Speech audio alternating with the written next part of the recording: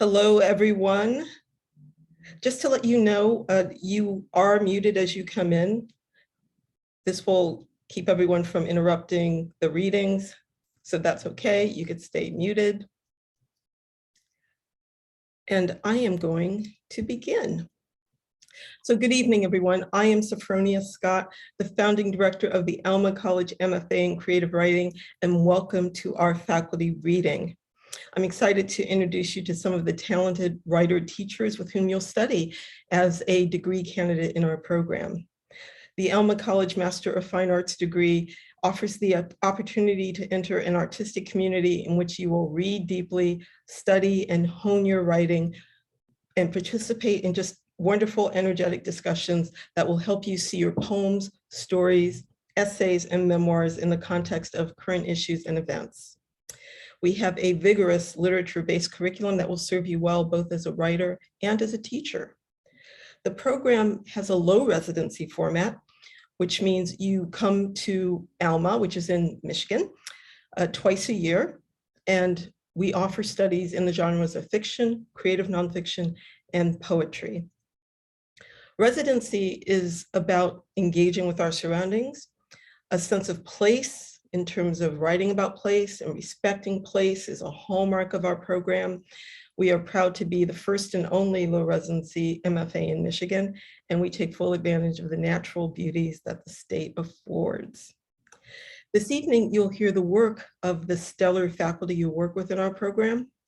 And I just want to say that we offer this reading not as a come here and you'll learn how to write just like us kind of thing, but as a sharing of artistic expression. We, students and faculty, are all writers. We are all learning together. Our offering tonight says, come create with us. So with that, we will begin. Our first faculty member is Leslie Contreras-Schwartz. Leslie is a 2021 Academy of American Poets Laureate Fellow and the 2019-2021 Houston Poet Laureate.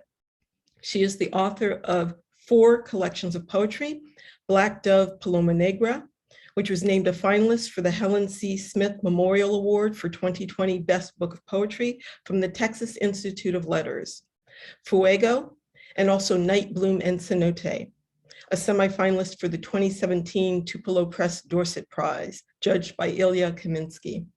She is a proud disabled poet and community activist. Her Poet Laureate community work includes writing a workshop resource book on poetry for healing, storytelling, and mental wellness, and overseeing murals from COVID communal poems she curated from Houstonians' submitted poems. Thank you, Leslie, for joining us. Thank you, Sophronia, and for that lovely introduction. I'm so happy to see everyone here and to be able to share my work and to hear yours. So I'm going to read from my first book. It doesn't get enough love. Hi, Jim.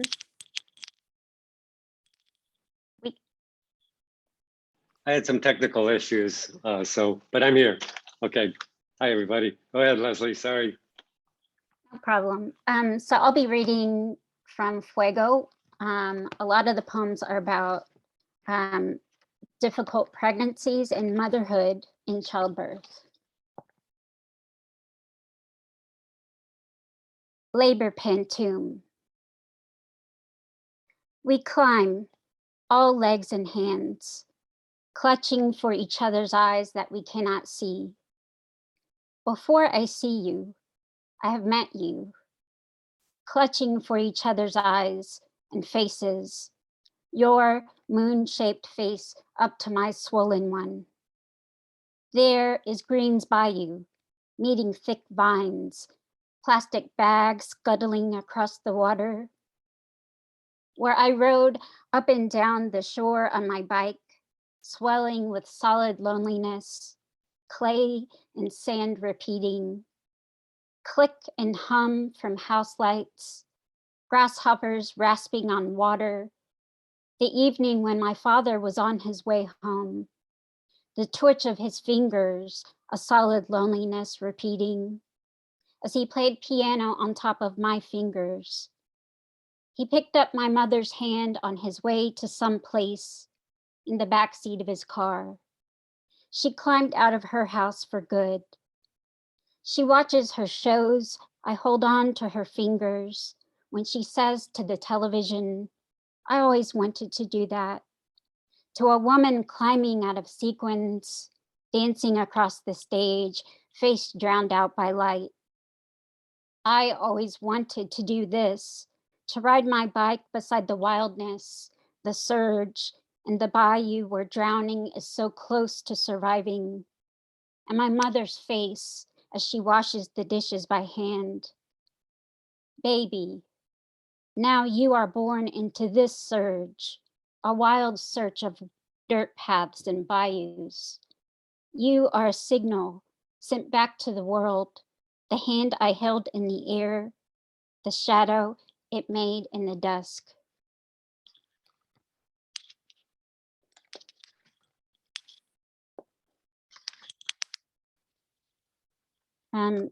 I was on bed rest for 2 of my pregnancies, one of them several months in the hospital. This is rest at the Women's Hospital. My right eye sees the television play out hours of toddlers dancing on stages in sequin bikinis, cowboy hats, rhinestones, or reenactments of women murdered in kitchens or apartments or alleyways and buried in cement or forest or dumpsters. The news is worse. The wide pond eyes of children, indifferent mugshots of boyfriends and reluctant mothers. It makes me feel the sharp presence of bone and blood needling into my body like a long knife, all the way to my throat. At night, I hallucinate Nurse Tatiana by the contraction monitor unraveling long strips of paper, recording the baby's heart dips and surges. She rests a hand on the hill of my stomach. I close my eyes and it is day, then night. The slow burn and squeeze of my uterus in between. No moon in the swath of sky above the adjacent hospital building for days, weeks, then months. Another night nurse smiles with her mouth only, plunges a needle into my arm so I can shake silently in bed, metal rattling. I dream my fake dreams.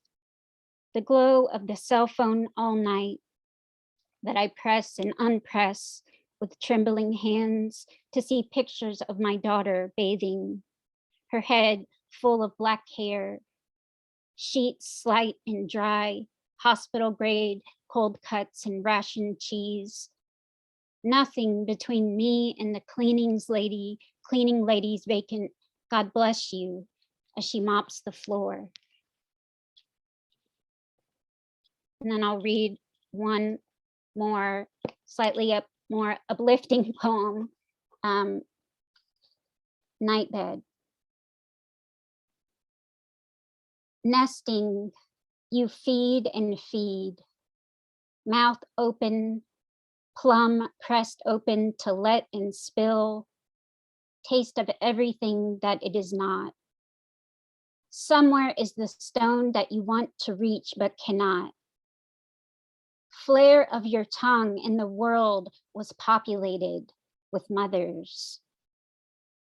Before a planet of orphans, I still turn and sleep away from you. And yet we are made like sand, only ourselves, dune that shifts and breaks together.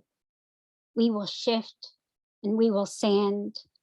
We will mother and we will child. Palm on head, palm on breast.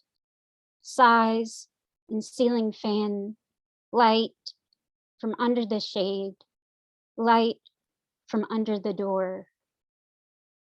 Thank you.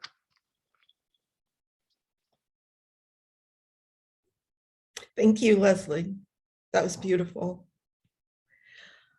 Our next reader is Jim Daniels. And Jim.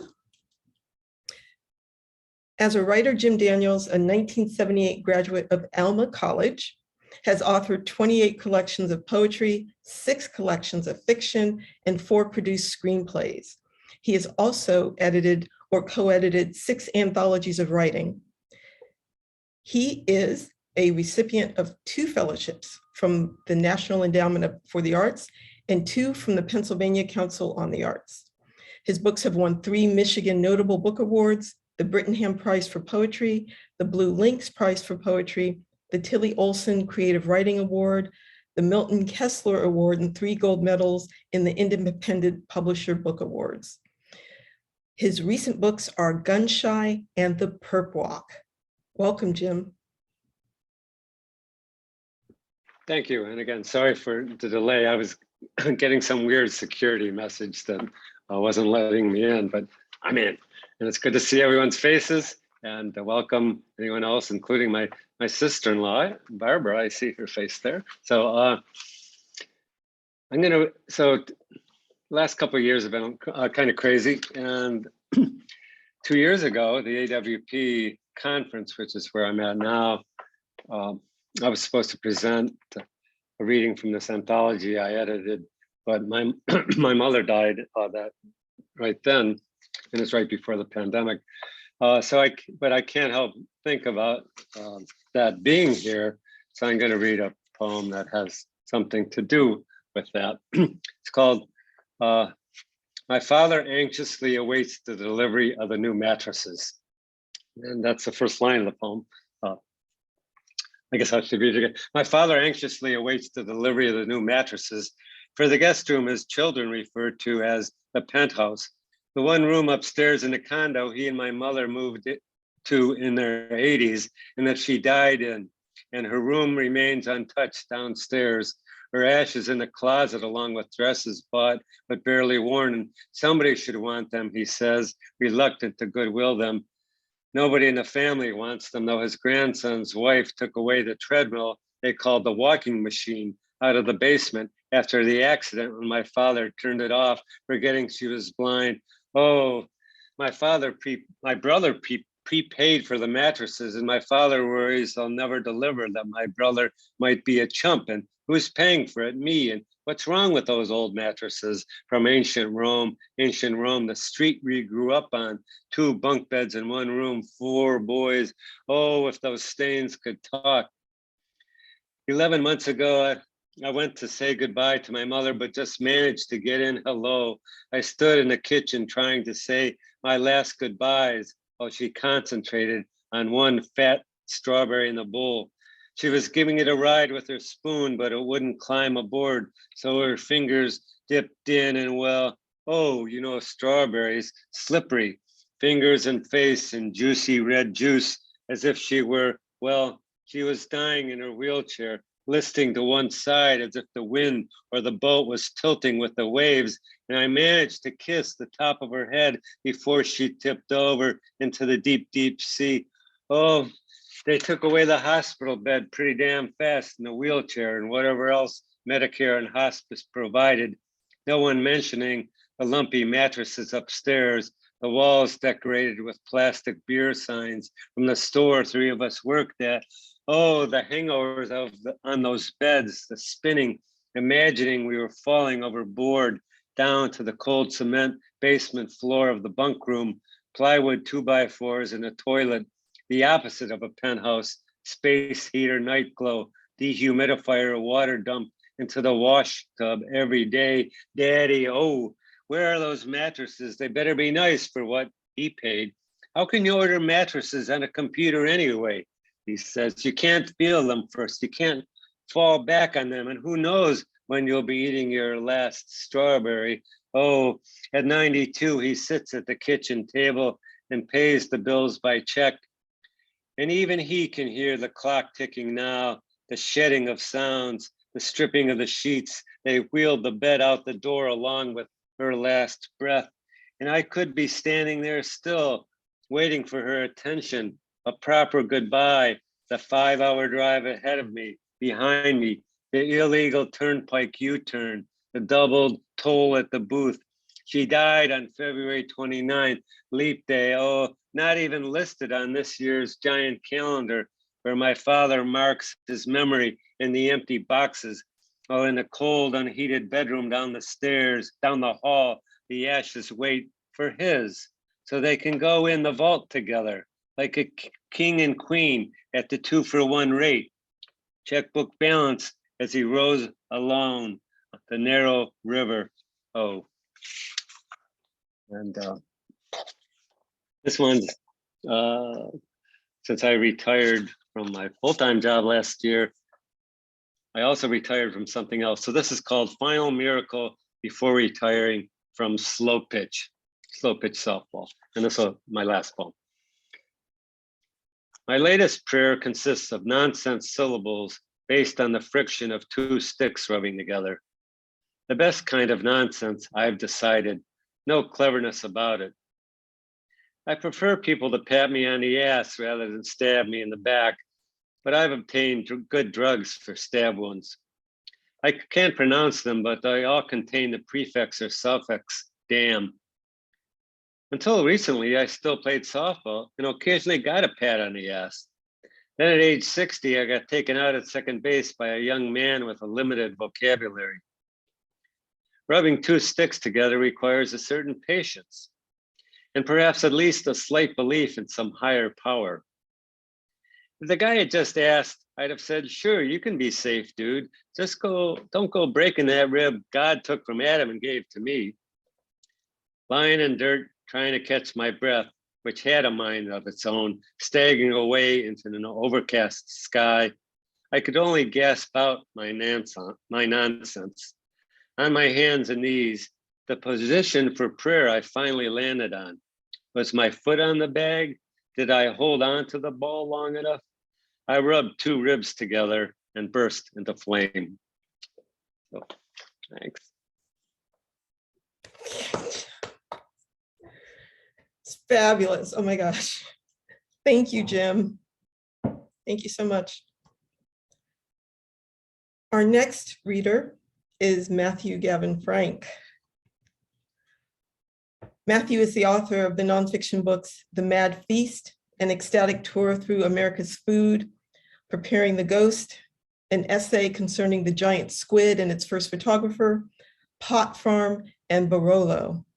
Also the poetry books, The Moro Plots, Warranty in Zulu, and Sagittarius Agitprop. I love that title. And two chapbooks, Preparing the Ghost, in two chapbooks. Preparing the Ghost was a New York Times Editor's Choice, an NPR Notable Book, and a New Yorker book to watch out for. He is also the author of a new book that came out in hardcover last year and is now out in paperback, a wonderful work of nonfiction called Flight of the Diamond Smugglers, which is about, among other things, the ways in which carrier pigeons are used by diamond smuggling rings in South Africa. Thank you for being here, Matthew. Hey, thanks, Sophronia. Thanks so much to you all. It's just so good to see my friends. And though I can't see you, Marie, Maddie, and Kenton, I know you're there. I can feel you. That sounded weird. Okay, thanks for coming. So I'm gonna read a short bit out of Flight of the Diamond Smugglers. As Sophronia mentioned, yeah, it's about how trained carrier pigeons are in part used to as agents of smuggling in the diamond mines of the northwest portion of South Africa, up around the Namibian border. So the section that I'm going to read traces the ill-fated flight of a pigeon named Bartholomew, who a young diamond miner named Msizi oftentimes uses to smuggle diamonds. Msizi oftentimes sneaks Bartholomew onto the mine concealed in a lunchbox. I think that's all you need to know for this section. So, the impact of landing sends shockwaves through a pigeon's body. Here is a bird, alone with a hallucination of water. Still, Bartholomew drinks, scoops beakfuls of sand, which in small doses acts as an abrasive digestive aid, but in these quantities becomes a cement-like paste, clogs his networks. Above, the amorous altocumulus clouds couple with the loftier and aloof cirrostratus. They dance, draw all sorts of ligatures onto the sky. Soon, like the bird, the sky is too congested. Does Bartholomew really carry within him the longings and adventures of his progenitors across epoch and biome? At a time like this, does he suddenly recall lily pads and damselflies, the mildew of a creaky brig sloop, drippy seasick lamplight, the loamy lowlands of French forests, the flying over them in pain and against pain, old storms, welding sparks jumping from skyscraper shells, cages and sequins and popcorn and jazz, the smell of every hand that feeds. Before the species evolved to bear hollow bones, 3 toes, and such a buxom figure, they flew over the earth's quaking kimberlitic pipes as they began to disgorge their first diamonds, well before the hands of humans began to stir their feed, keep them as pets, cinch these stones to their feet. Who knows what horrible and heroic lives lie ahead of these birds? Maybe they'll even see Antarctica, adapt and fatten to build nests there and live amid glaciers, feast on the ice worms. Bartholomew never tasted an invertebrate so cold, so fresh. But he knows what oats taste like from a child's hands in the Kalahari, his mother screaming about diamonds from the kitchen. He knows what jazz sounds like, hummed from Msizi's mouth, that song about machetes and eel-shaped scars that swim over bellies. Tonight, in bars called Diamond Hunters and bars called Fortunes, the knife fights of the world stop short of the stabbing. No one and nothing wants any more blood, except the pigeon's throat and Msizi's throat. The locusts, or something like the locusts, bounce so beautifully from Bartholomew's body. But oh, if this pigeon still had a voice, it would howl like some wolf, finally converse directly with everything magnetic and invisible by which he once navigated. And the South Atlantic would talk back in waves, white, then blue-white, itself howling in defiance tonight. Like each animal, their stories long ago carved into some crawl space of the planet, pigeons die, a lunchbox finally closing. And if Bartholomew's last song is the crooked announcement of our continental scars, no one will listen. No one ever listens. I'm gonna read one really short poem, and it's not mine. It's by the Ukrainian-American poet Ilya Kaminsky, and it is called A Cigarette. Watch. Vashenka citizens do not know they are evidence of happiness. In a time of war, each is a ripped out document of laughter. Watch, God. Deaf have something to tell that not even they can hear. Climb a roof in Central Square of this bombarded city. You will see. One neighbor thieves a cigarette. Another gives a dog a pint of sunlit beer. You will find me, God, like a dumb pigeon's beak. I am pecking every which way at astonishment. Cheers. Thank you, Matthew. And it's a wonderful, wonderful reading of that poem. Next, I am thrilled to introduce you to Shonda Buchanan, who is joining our faculty this winter for winter residency, which our winter residency is January 3rd to the 13th, 2023. Shonda Buchanan was born in Kalamazoo, Michigan, a daughter of mixed bloods, triracial and tri-ethnic African-American, American Indian, and European descendant families who migrated from North Carolina and Virginia in the mid-1700s to 1800s to southwestern Michigan. Her memoir, Black Indian, begins the saga of these migration stories of free people of color, communities exploring identity, ethnicity, landscape, and loss. For the last 18 years, Shonda has taught creative writing, composition, and critical theory at Loyola Marymount University, Hampton University, and William and Mary College. An Eloise Klein Healy Scholarship recipient, a Sundance Institute Writing Arts Fellow, a Gentel Artist Residency Fellow, and a Penn Center Emerging Voices Fellow, Shonda has received grants from the California Community Foundation, Arts Midwest, National Endowment for the Arts Big Read Program, and several grants from the Virginia Foundation of the Humanities. Her first book of poetry, Who's Afraid of Black Indians, was nominated for the Black Caucus of the American Library Association and the Library of Virginia Book Awards. She's also literary area editor of Harriet Tubman Press. Her second collection of poetry, Equipoise, Poems from Goddess Country, was published by San Francisco Bay Press. And her poetry and essays have been featured in numerous anthologies. And she's also at work on a novel.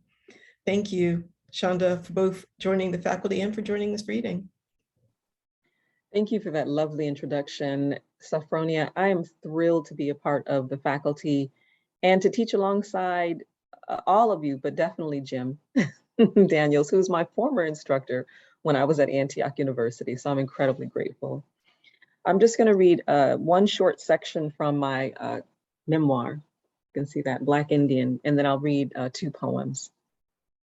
And thank you, everyone, for what you've read thus far. It's incredibly beautiful. Thank you. This is a section where I come home for another funeral. It could have been anyone's son. That circle of men, boys with a gun. In that neighborhood my nephew Jason wasn't supposed to be in. On the couch of one of the boys he wasn't supposed to hang with. It could have been anyone's son. Who were the others who'd survived? Who'd watched him put the gun to his mouth? Who'd watched him smile and pull the trigger? Where did they get the gun? Where were they? Which one of them had held the cold metal last and was grateful they'd given it away? Which one of them knew my nephew was about to swallow a bullet? Hey, Cisco, my mother greets me when I come home, hitching up her pants. She's equally as angry. She isn't playing cards, doesn't hug me. Her eyes are rock hard, red but dry like a bull's. I remember the girl from her pictures, the innocent girl with the big serious adult face and charming smile, but before me now stands a mother who will not hug me for fear I will make her cry. And if she cries, the world will cry, but no one ever sees the willows weeping. As if we've rehearsed this, Mama points me towards the guest room. I find my sister Rochelle there, sitting on the edge of the bed, rocking herself, a fistful of tangled tissue. I drop beside her and squeeze her until the tears flow like thick milk. One by one, like a tribe coming home for the harvest, my brothers and sisters arrive. They file in, all crowding around Rochelle, leaving her no space, touching her legs and arms, folding around her like rose petals. And she is the pistol, with the pollen leaking from her pores, her hands limping with uncontrollable sap. We, the petals, catch her, hope to catch her, to save her. I don't believe it, she says through muffled sobs into my shoulder, and then turns to Lauren, the oldest brother who flew in from Las Vegas. I don't believe it. Lauren holds her tight. At intervals, she looks up from our love and attention, puffed up, and then the memory of her son's death returns, and she is as hollow as any chicken bone, her marrow dry. I think, Lauren says, all y'all's fat butts gonna break mama's bed. Then she gonna be y'all, not me. Self-consciously, we rumble laughter low in our throats. Lauren's presence, his stinging mirth, Farmer Brown's strong, pushes us back from the sorrow for a time so we can loosen up. It's good that he is here. Like a peacock, feathers, we spread out to give Rochelle room to breathe. We circle her in and out, studying the floor patterns, measuring our steps around each room in my mother's house. We walk, we circle her, we wait. So that's a short section. It's actually from the last chapter of my book, Black Indian, my memoir, Black Indian, and I'll read 2 poems. This first poem is I call it a living poem because it always changes, and when I read it, you will see why. Black Woman Down, a living poem for Breonna Taylor, Nia Wilson, Latasha Harlins, Eula May Love, Sandra Bland, and all my sisters who have crossed unnecessarily, and of course, for my mother. The breath, sycamore spores and Black girlhood calcified in a copper memory. Inhale, touch the bruise until it fades into a place that can never be seen again. Mama, pour all your blood into a thimble and top it off with, why daddy always beating me? And when she grew up, shake that money maker. So she did. The breath is a swollen kiss in the eye of a tornado, Black woman. The breath is a copperhead snake under your stairs, Black girl. The breath is 13 children that push themselves out of her body like beautiful bloody fists, but the Black girl, child, sister, aunt, cousin, grandmother is still breathing. This breath in each instance is the thing we need the most, the thing we take for granted, and the thing that will kill us all. The middle passage breath, the concubine breath, the they killed my son, my daughter for no reason breath. And I am returned. I am riding with my eyes closed in a slave ship, in the hull, Portuguese slaver on top of me. I am releasing my spirit. I am out of body to survive this. I am riding on the salt water, riding to the shark gazing at us to save me, riding with my eyes closed. Under him, a lost moccasin, broken teeth rattling in me, a historical footnote. The breath is my childhood running in a grassy meadow, then dancing on pimento seeds, but I will not die here. The breath is a circle of Black women strung like garlands around your neck. The breath is a sweat lodge in heaven. The breath is a doppelganger asking, is that my breath or the breath that breathes like me? The breath is wagon trail quiet. Slaves crawling against the Choctaw night. Ant beds and river beetles in my hair, holding my urine so dogs won't smell me. The breath is a beast, ravaging through my body like caverns, like dragonflies in love. The breath is sugar water rolling through a Black woman's body until we sleep. The breath is a river crashing into the mountainside until there was a hole large enough for history to come through. The breath is Latasha Harlins reaching for orange juice. The breath is Sandra Bland's rope silently singing. The breath is Eula May Love dropping the knife and turning. The breath is Breonna Taylor sleeping in her bed. The breath is 8 bullets, 1, 2, 3, 4, 5, 6, 7, 8. Silver kisses ending her dreaming. The breath is a tree wishing away the noose, the chainsaw, the white gaze. The breath is Ketanji Brown Jackson answering Senator's antebellum laced questions, but she will not die there. The breath is a Black woman down, but we will not die here. Exhale, however many generations it takes, you still fold into the pain of this life of loving men, of surviving, the birthing again and again. But we come back to life, the breathing, the breath. Black woman, the door is always open. You, I will not die here. And this last poem is a short one. It's called Kalamazoo. In the end, I'm sure a tornado will come for me. Not like the ragged jangling of my childhood caught in a mason jar where fireflies once lived. The wind will come with a porous kiss, lick me against my face, horse tongue wet and dripping with medicine, with a cure for language. And there won't be any need for speaking.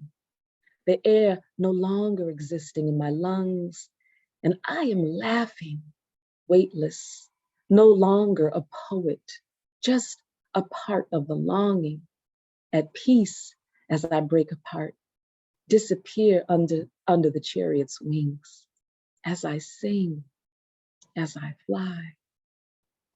Thank you.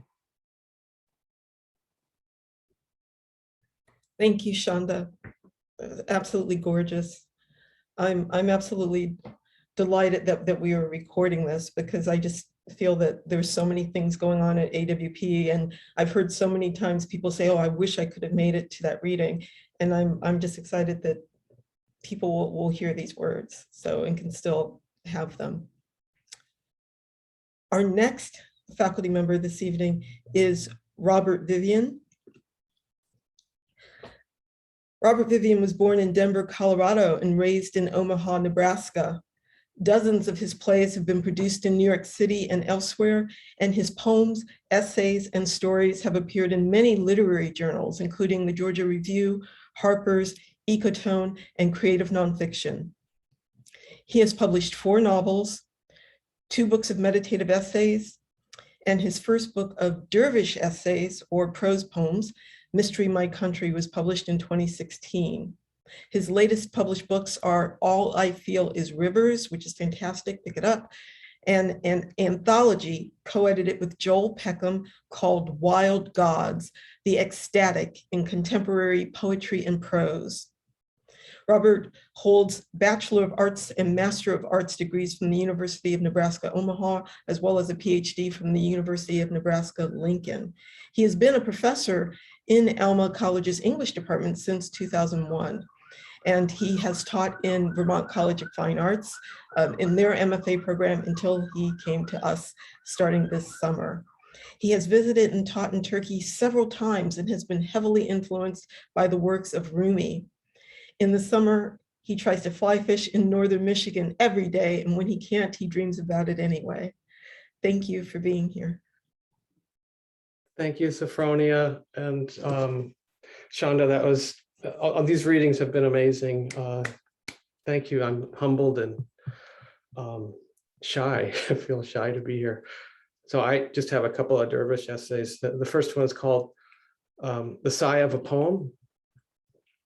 Sometimes the whole world comes down to a poem, or the line of a poem, or the word of a poem, or a single letter or syllable of a poem scribbled, dashed, or scrawled out on a piece of cardboard, or even one's own forearm in the purblind commencement of a great inner thrumming. And sometimes the world comes down to the eyelash of a poem sashaying down from someone's blushing face. A poem as yet unuttered on the altar of verb polished and redolent of the most mellifluous flowers, whose fragrance and myrrh waft through the sacred air. And sometimes the whole world cradles itself in the sigh of a poem, or the mist of a poem, or the breeze of a poem, come what windfall may. And sometimes every precious and precarious once in a while on par with every raiment. The supermarkets and the highways and the byways come down to the molecule of a poem, or the dust mote of a poem. Come morning, come always and dew laden, delirious to be bright and alive and humming. The dust mote of a poem, like the conception of a cry in the throat of a human bird on any humble street corner. And sometimes the world is laid bare by a poem, or the reaching out of a poem with empty hands and ragged hangnails around the fingertips, which are haloed and luminous, nonetheless, manifest of all creation. And sometimes the whole world must enter the narrow road or alley of a poem, or the eye of its first stitching needle. And sometimes, dear Horatio, dear Ludwig, dear Chloe, the whole world is wet and dripping with a poem. It is sobbing tears of grief and joy in the simultaneity of a poem that is the present and eternal moment. And sometimes the poem is tying his or her sneakers with such chemical urgency that their fingers tremble, and it is not possible. It is not possible to tie these same sneakers fast enough. The sneakers are practically running away of their own rubber volition, and the play that is waiting is the poem, and the poem that is trembling is the trees that are swaying, and the trees that are swaying are the sunflowers that are tracking the great sun across the sky, and the drooping commensurate with prayer and thanksgiving, and the same tracking no different than hunting mushrooms or the perfect flower to place behind one's ear. And sometimes the poem, sometimes the heartache, sometimes the very plinth of being and becoming, and cries of childhood glee that rise up into the very roof of one's mouth, that cavern made for soaring. Sometimes the world entire offers itself to a poem, to a love letter, to a to-do list that has suddenly turned miraculously into a to-be list. A resignation letter somehow brimming over with a kind of final hope, a letter that purports to make no immediate sense, just outpouring of gushing gladness. May I count and countenance the ways, the world is a poem and an atom and a blueberry and a vibrating presence at home in your heart, your lungs, that bittersweet regret from long ago, some Schubert or Chopin playing in the dusty corner while you wait for the snow to turn you back into childhood, filled with a hush and secret joy and wonder of what or will or who will happen next, maybe even you. I'll stop there. Hello, everyone from Roscommon. I'm just like 5 miles from the. Okay, I'm breathless after that, and I wasn't even reading. Okay. Thank you. Thank you. And I will reiterate, if you guys didn't catch that, that's a dervish essay. And a dervish essay has that energy, and it whirls with that energy, and it's absolutely fantastic. So thank you. Our next reader is Karen E. Bender.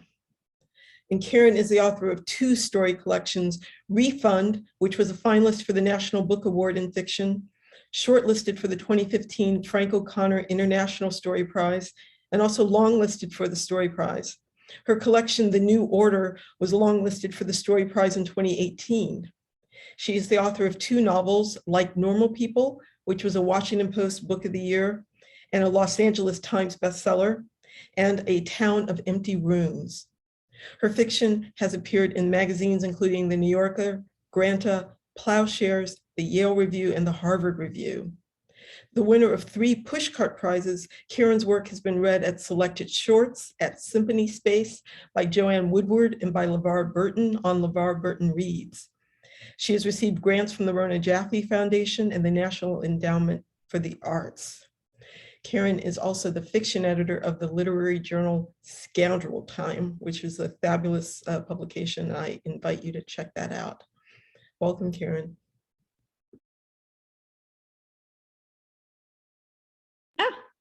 I'm so glad to be here with all of you. These are just thrilling, incredible readings. And I can't wait to see everyone soon. So I'm just going to read the beginning of the story, The New Order, which is part of my collection, The New Order, my most recent collection. And I'm just going to jump in. This is like the opening few pages. We were friends, or we knew each other, and both of us had been in the other room when the attack occurred. This was in the 1970s, when these events didn't happen at schools. A teacher and a ninth grader were shot in the cafeteria, and another teacher was injured, so that from then on, her arm hung down like a broken wing. The girl who was killed was a member of the cello section, and she was named Sandra. We were all part of the intermediate orchestra of our junior high school, and she had been in the cafeteria where we also were supposed to be 10 minutes after she had left the multipurpose room. The cafeteria was serving fish and chips, and Sandra left early because she wanted to be first in line. The man went to the table and shot 2 teachers and also her, 1, 2, 3, everyone looking on in disbelief. The man had been one of the fathers at the school. As part of the process to get us past the incident, which is what they called the attack, after the assemblies and the short and not fruitful discussions in homeroom telling us to report any suspicious behavior to the vice principal, our orchestra, Mr. Handelman, decided to proceed as usual. In 2 weeks, we were supposed to audition for our chairs in the orchestra. We would each play for 1 minute, and the teachers would rank us on tone, musicality, and pitch, and arrange us in a new order. Lori and I had become strangely better friends after the incident. We didn't know Sandra very well. Mostly knew her as a good cellist. She had a deep tone that you could hear in your stomach when she played that made the air feel like velvet. She usually occupied seat 3. Lori was seat 2. She had always been seat 2. Seat 1 went to John Schubert, who was adept at pieces that required rapid fingerwork, whose thumb slid buttery up the strings and was always in a way that seemed almost supernatural on key, but whose tone was sometimes thin, as revealing some deep unsolved craving within him. We all regarded each other with sharp, interested eyes. The new order was especially important because the first cello would perform a short 1-minute solo as part of a fall festival performance for the school. In the center of my heart, I wanted to be seat 1 someday. I practiced a lot.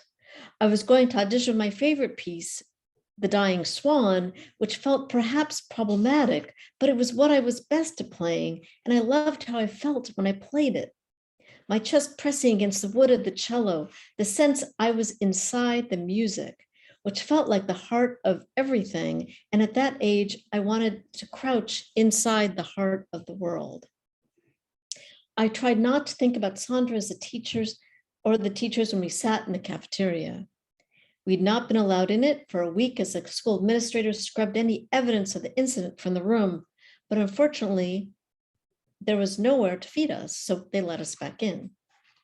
The room was now clean in a stringent, terrifying way, as though it represented all of the thoughts we were not supposed to have about our futures.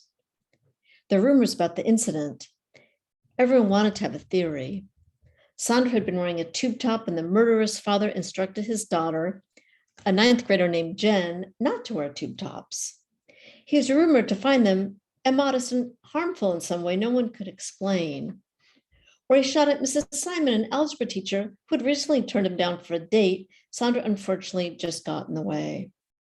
There was no clarity on anything, as though there could be, but the cloudiness of the incident made everyone eager to contribute to the memorial. The school now set up in a corner, a peculiar display with a few bouquets of flowers, some posters with large hearts drawn on them. Everyone was eager to show a capacity for love. We talked about the other members of the orchestra with an intense desire to categorize them, sort them in ways that were flattering and not. Lori assumed a new mantle of authority following the attack, a new hardness that made it seem she wanted to press herself like a bug into amber, into the air. I looked at Lori and I wanted to fold myself into her, which was an impulse that alarmed me. I didn't know why I thought I would be safe in her. I wanted her or someone in the world to locate me. I wanted this so much I was dizzy. I glanced at the teachers, the other students, wondering who might kill us. It could be anyone, apparently. It was unclear what would be the armor to stop it. In this realm of anxiety, we briskly, authoritatively ranked the others. We agreed that John was overrated in his ability, but had a beautiful way of spinning the cello when he was bored, his long legs stretched out, And Tracy L. in the flute section was a bad player because her high notes never quite hit the right way. Lori called her mother a loser. Her parents divorced, her mother always out, her mother's girlfriends coming over, and all of them drinking vodka shots in the car. My parents were always home, but moved as if the air were made of jello. They believed the world was always about to break. We sat in the gleaming scrub cafeteria and ate our sugary hamburgers. The world was trembling around us. It seemed it was going to eat us. We did not talk about the incident. We did not talk about everything we did each day to our classmates in our minds, for the boundary between the violence outside and inside our minds seemed thin and permeable. Routinely, I'd be murdering an unbearable violinist who gave me cold, diminishing looks, or pressing myself naked against the first clarinetist who had delicate, beautiful arms I wanted to wrap around me. I wanted so much always. The world was spangled and nothing felt quite real. Now that we sat in that cafeteria, our lunches set out on the table, the hamburger and frozen fries and pudding separated into their little compartments, and we pretended we were merely eating, that we were safe. The theater of the two of us continuing convinced me a little. I believe Lori felt this too. We both wanted to be first cello to perform that solo, to play for a moment in a circle of brightness. We discussed the upcoming auditions for our new chairs carefully, not sharing what music we would audition with. Lori seemed particularly nervous, which was curious to me, for she was a good player, her tone better than anyone's. She stretched and said, "I'm so bad, I'm going to fuck up," a groan that was a lie, because she was better than I was, talented in an ineffable, natural way, and I understood that my role was to say to her, "No, you're not going to," which felt like opening my mouth too wide. And I was filled with a chilly, unruly fear. For this was a true thing. We both wanted to be first chair and perform the solo. We were both shouldering darkness in that hot, dirty cafeteria. But what we wanted was a moment in the light, the auditorium filled with people listening to us play the music of composers who created these sounds 200 years ago. We sat in the cafeteria, the other kids shouting to each other across the room, screaming. We wanted to taste those hamburgers forever. We wanted to live. Stop there. Thank you, Karen. It's wonderful. Last but not least, we have Benjamin Garcia. Benjamin's first collection, Thrown in the Throat, was selected by Kazim Ali for the 2019 National Poetry Series. He works as a sexual health and harm reduction educator in the Finger Lakes region of New York. A son of Mexican immigrants, he received his BA from the University of New Mexico and his MFA from Cornell University. Benjamin had the honor of being a 2019 Lambda Literary Fellow, the 2018 Cantamundo Fellow at the Palm Beach Poetry Festival, and the 2017 Latinx Scholar at the Frost Place Conference on Poetry. He's the winner of the 2018 Puerto del Sol Poetry Contest and the 2019 Julia Peterkin Flash Fiction Contest. His poems and essays have recently appeared or are forthcoming in Agni, American Poetry Review, Boston Review, Missouri Review, Kenyon Review, and New England Review. Thank you, Benjamin. Hi. First of all, I'm just honored to read with all of you. And I have just two short poems for you.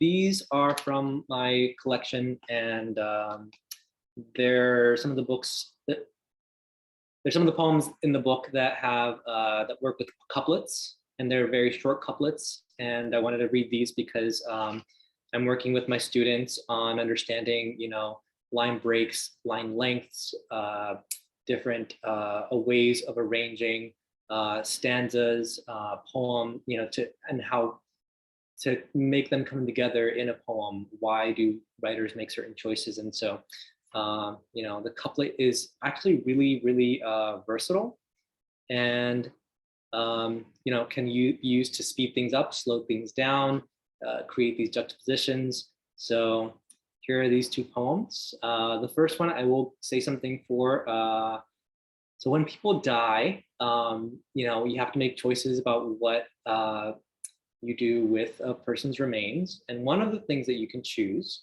is to make a diamond out of someone. If someone is cremated, those ashes can then be compressed into a man-made diamond, which I think, you know, for some people sounds like a really great thing. When I learned about this, it was a little bit terrifying. The permanence, not even like the process, that was perfectly fine with the process, just the idea of like, in some ways, living on forever in this way. So, self-portrait as a man-made diamond. Clarity might be a virtue, especially where diamonds are concerned, but I am not a diamond yet. I could be burned in a pyre, release periodic bonds, post bail, near nothing I could be, pressured into permanence, do the great I do dare cannonball into the infinity pool.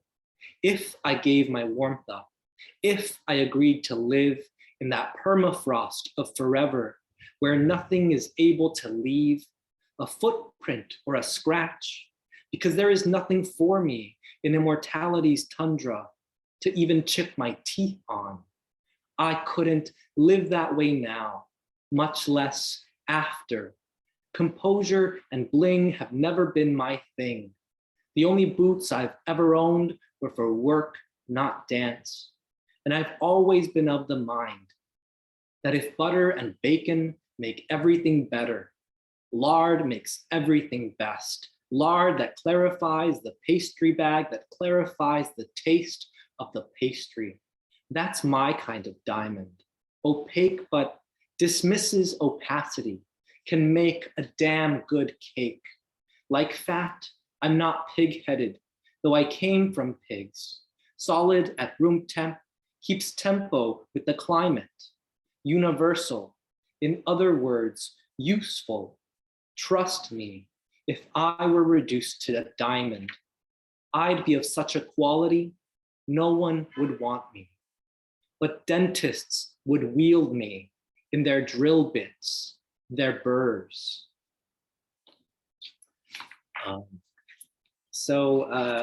Sort of in line with that, I hadn't thought of it before.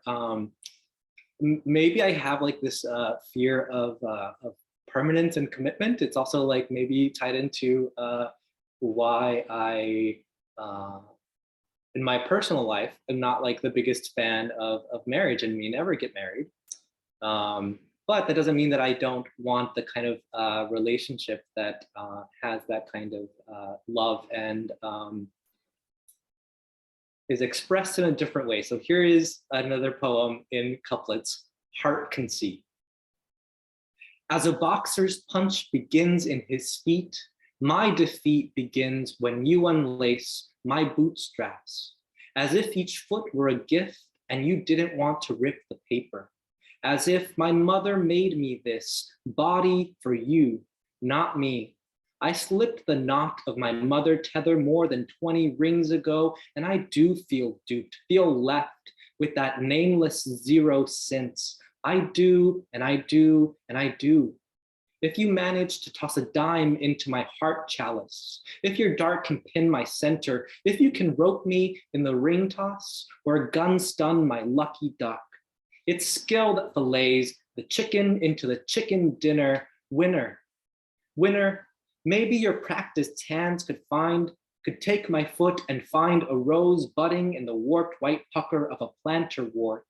Celebrate each morning with our body-made confetti, rustled up from dandruff, from agitated dermatitis. Let's let fallout fall. Can't a calla lily be the occasion for a calla lily? I want to be the opal miner that mines your opal.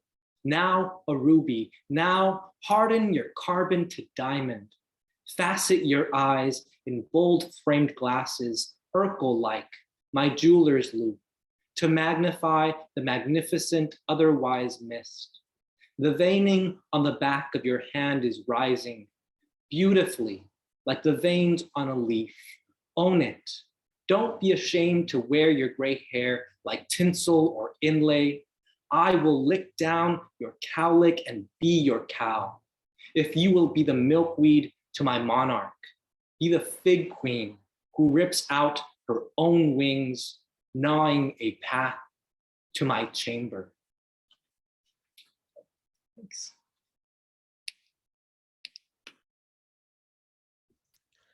Thank you, Benjamin.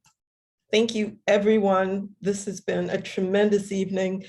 If you're here in person or if you're listening to this recording, obviously you can see we have a world-class faculty here at the Alma College MFA, and I am extremely proud of every single one of them. Thank you for being here with us this evening. If you have questions about the program, if you would like to know more about it, I'm Sophronia Scott, the program director. You can reach me via our website, alma.edu/MFA. Thank you for being here for our AWP virtual reading. Have a great evening, everyone. Thank you. Good night.